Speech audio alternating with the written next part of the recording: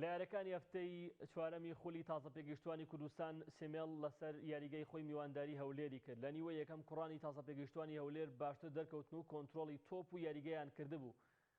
دوای لە دەستدانی چەندین دەرفەت لە خولەکی 26 بە ئەسیستی مستەفا قابیل عەبدولموعیس گۆڵی یەکەمی بۆ تیپی تازە پێگەیشتوانی هەولێر تۆمار کرد. دوای تەنها سێ خولەک مستەفا قابیل سوودی لە هەڵەی گۆڵپارێزی تازە پێگەیشتوانی سێمێڵ وەرگرت و گۆڵی دووەمیشی بۆ تیپەکەی زیاد کرد.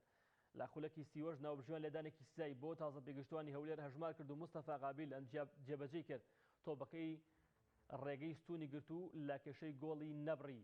تیپی تازە پێگەیشتوانی یانەی سێمێڵ هەوڵەکانی خۆیان خستە گەڕ بۆ کەمکردنەوەی جیاوازەکە بەڵام پێی نەگەیشتن.